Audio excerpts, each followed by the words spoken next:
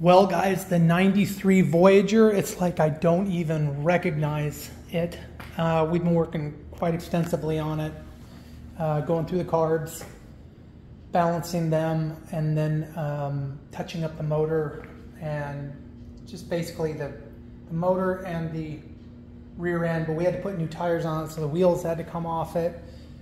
And when the wheels were off it, I just went through and cleaned up everything inside there. I know you never see this area on a touring bike, but to me, when you get one of these and you take it off, it's just horrendous back there because nobody ever cleans back there. So when I go to sell these, I take a picture of it back inside here, and the potential buyer just really gets a good idea for how clean and gone through the bike is. The big thing was the fuel tank. The fuel tank was rusted out, and thanks to a good friend of mine, Boris, and I'm sure he's watching this, turned me on to evaporust. And if you don't know what evaporust is, it's basically like a non-toxic, I don't know how it works, but it worked fantastically. It got all the rust out of the tank.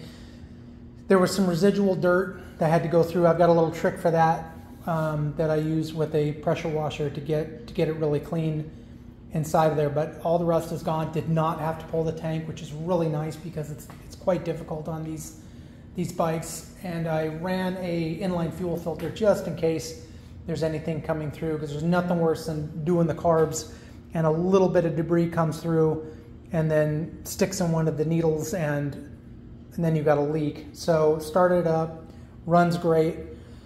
What's next? Well, tomorrow, I had thought, because of how the airbox is on this bike, and I discovered this after I'd taken the carbs out, that the airbox is two pieces, and it seemed to me that the back part of the airbox can come off with the carbs in, which really, I don't know why Kawasaki didn't do that, because it would have been just so much easier, but no, I was figuring that I could get the smaller airbox back in with the carbs in it, and then put the upper airbox that has a filter on top of it.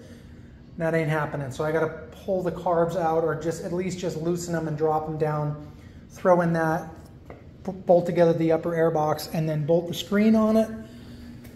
And wow, at that point, just some little touch up. I got to touch up the paint right here on here, and then just basically polish it, and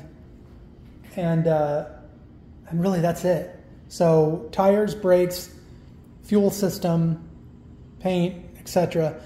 It's a neat bike. It's only got 5,400 miles on it. So in taking it apart and working on it, it's just a gem. I can usually tell bikes, you know, how old they are by when you start getting in and turning bolts and really getting in deep. And this thing's just mint, man. It's almost, I mean, it's almost like it's well, it's not showroom, but it's really, really, really nice. It's going to be a neat bike for someone. I'll probably keep it for a month or so just to scratch that itch, because I really like the older touring bikes. Kind of something I've gotten into as of recent. So anyway, that's that, guys. Thanks for watching. Take care.